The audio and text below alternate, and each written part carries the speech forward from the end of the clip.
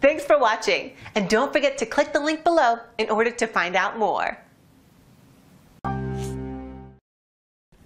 Well, good morning, everybody. It's exciting to share with you what's happening in the battery space. The title of my presentation is How Far Can Batteries Go?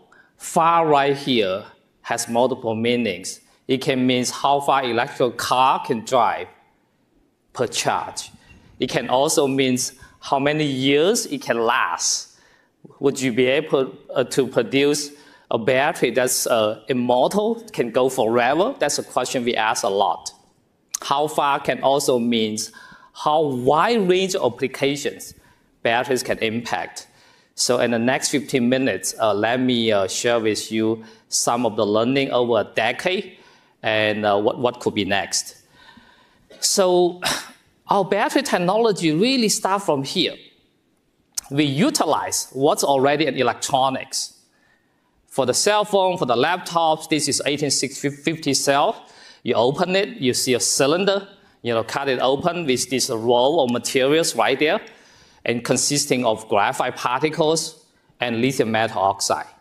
So lithium ions are moving back and forth inside the batteries with the electrolyte, with the separator right there, electrons are moving outside.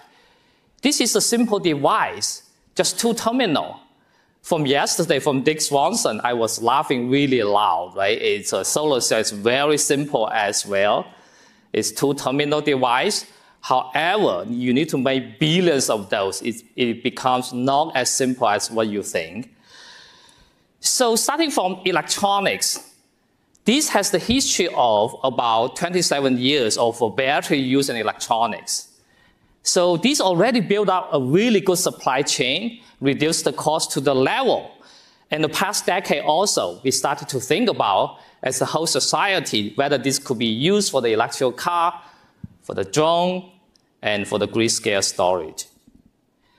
So what we have achieved after 27 years, energy density somewhere about 250 watt per kilo. Can we go to 500?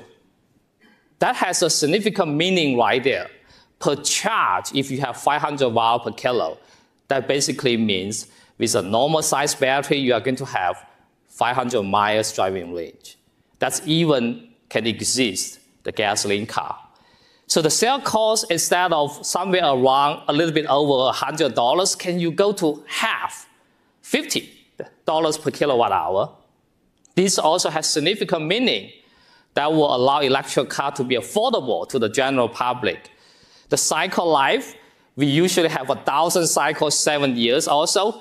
Indeed, my phone, after 3 years, I can already see significant decay. So can we make a nearly immortal batteries that's 10,000 cycles, 25 years or 30 years? That really means after your car retire, you can take out the battery pack and put it into the electrical grid to use it for quite a while. This will help reduce the cost tremendously. In terms of charging, we are usually in the 1 to 2 hours charging range. Can we do 15 minutes? In reality, we really like to go less than 10 minutes. This will allow us to build less charging station to also reduce the infrastructure costs. And the battery so far is not safe. Can we make a completely safe battery? No matter what you do, how you abuse them, they never catch fire, they never explode. We are not there yet.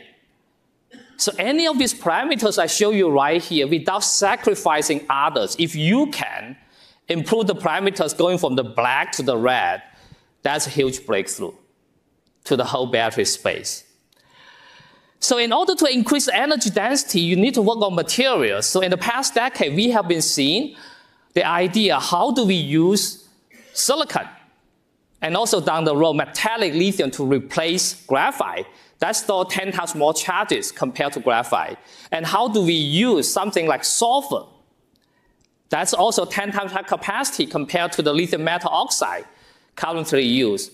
Not only is that, sulfur is very low cost. I'm going to come back to that. If we can enable these new materials, we can move from 250 watt per kilo, that's right now, and the next 5 years, we are going to see in the commercial space, this is going to go up to close to 400.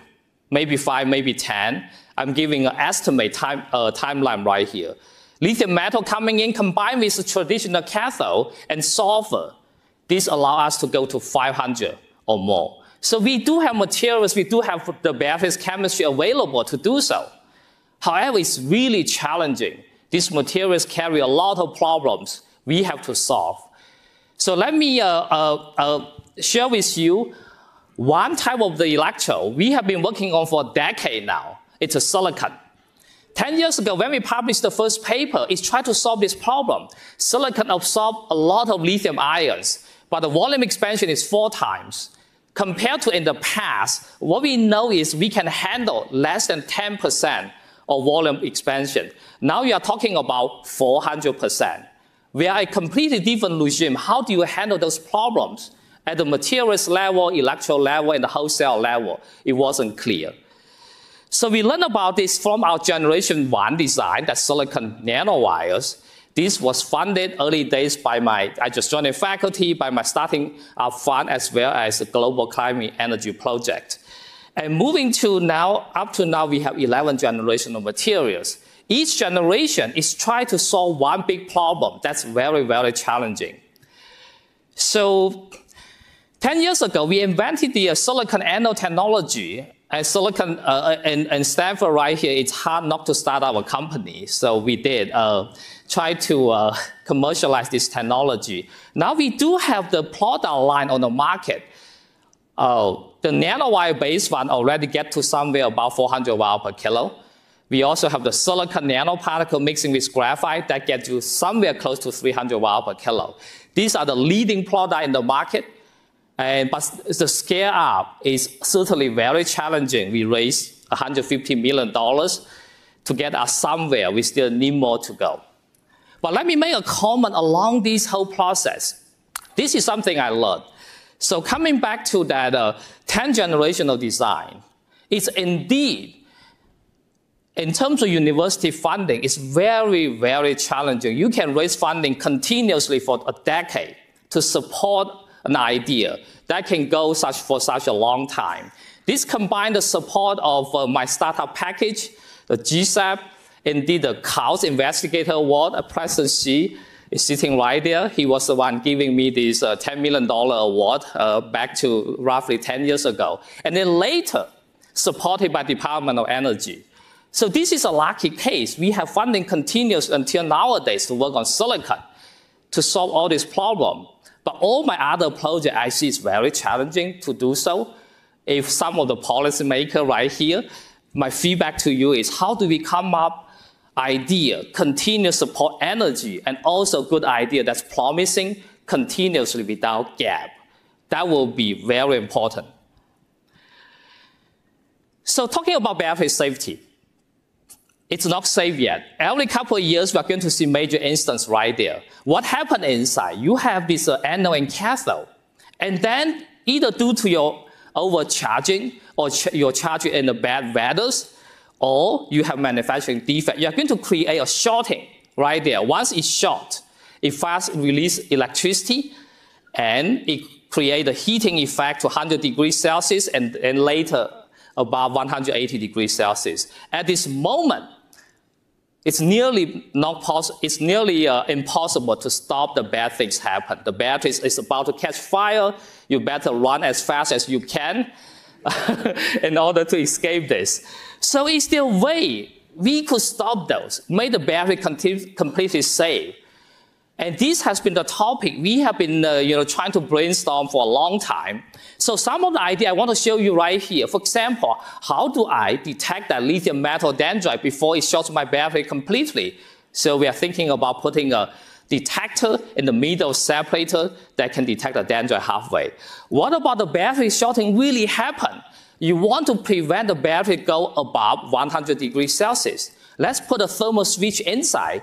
Working with Professor Zhenan Bao in chemical engineering, we come on a new idea how to do so. Or if it really need to go busted, it's going to be burned, let's put in some fire extinguisher inside. That's the fire retardant without impact the battery performance. How do you use a nanoscale encapsulation to encapsulate fire retardant inside the battery to make the battery safe? So idea like this, I see down the road, will help the whole industry to make the batteries better and better for the wider application. So now let me also share with you in Sally's talk. Sally highlight a work done by a virtue that's very important using X-ray to look inside how the battery really works. How do we produce a battery lasting for 30 years, 10,000 cycles or longer? I mean, that has been a challenging as well.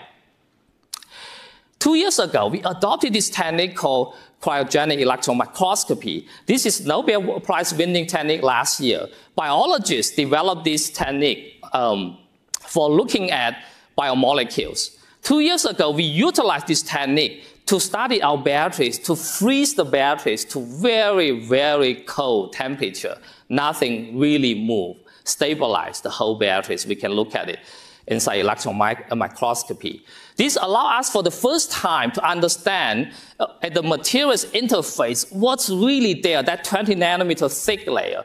That determines how fast lithium can come in and go out, and stabilize the batteries. That to very large degree affecting how long your batteries can last, whether it's 3 years, 7 years, or 25 years in the future.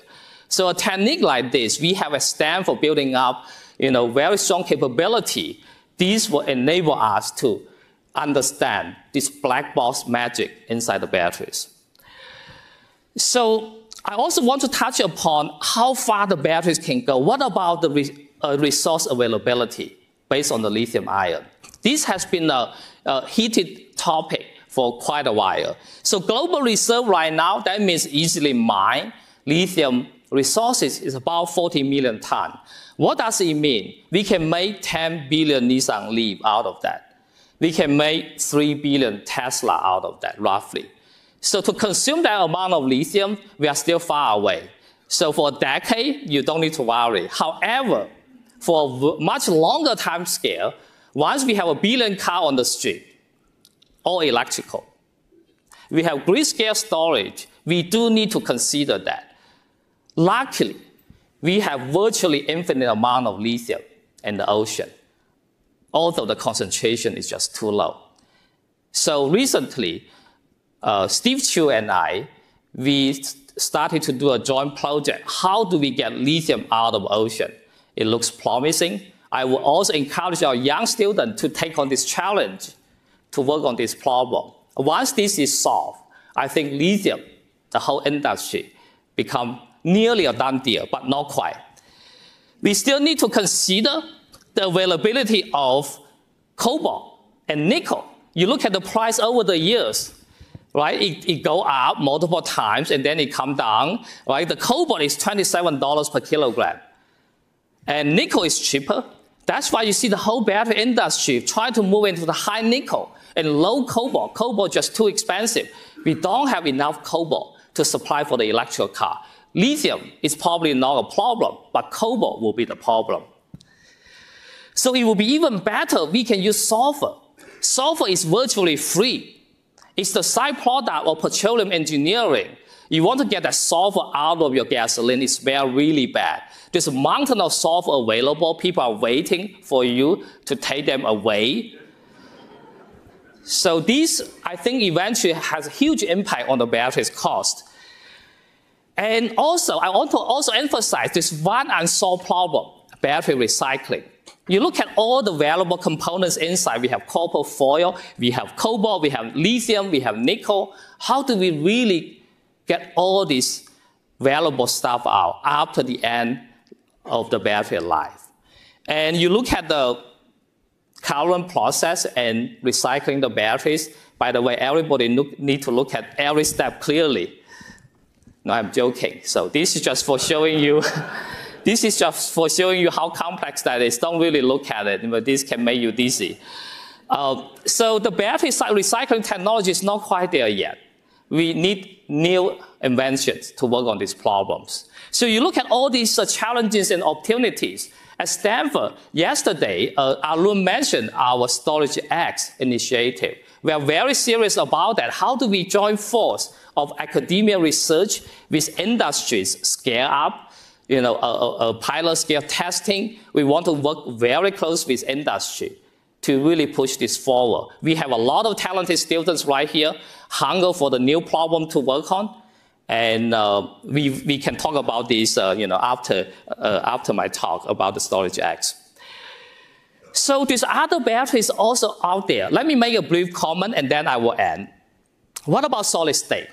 Important. Solid state can help the battery become very safe without using organic electrolyte, possibly enable lithium metal by an early stage. So let's need to do long-term research to support this area. What about fast charging? We didn't mention that too much in this talk. It's very important as well. Indeed, recently, Department of Energy, the Office of Vehicle Technology, started a program of battery fast charging. Stanford team with one of the proposals in order to do so. And what about swapping batteries? That idea is still valid in some countries. This requires very strong government force to unify the standard of the batteries in order to do so. What about sodium, magnesium, aluminum batteries? These are the new chemistry, magnesium, aluminum, sodium, they are a lot cheaper. These are viable ideas. However, to develop the whole thing from the electromaterials, electrolyte, everything, we are still not quite there. Moving lithium, they're so small, lithium ions, sodium, bigger, magnesium 2+, aluminum 3+ oxidation state. They move really, really slow. We don't know how to do that yet. Require quite a bit of fundamental study. As the backup technology for the future, we should support those.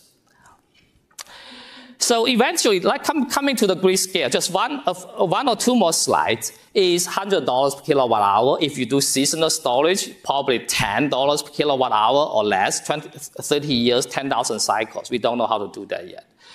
So half a year ago, we published one of the paper. It's really trying to marry fuel cell on the hydrogen side. That's very robust. And the battery, that's nickel and manganese chemistry, very low cost. We realized 10,000 cycles, and particularly for the nickel system, we know it's going to run for 30 years. This type of idea might enable us to have a new solution for the grid scale storage. Let me summarize. It seems very clear to me for the mobile application, transportation, is the world of lithium ion. But we still need to have a few problems to solve. For grid scale, the opportunity is wide open. There's a number of batteries chemistry promising, and also fuel cell is a strong contender in that area as well. I will end my talk right here. Thank you very much for your attention, and I will be happy to discuss if you have questions later. Thank you very much.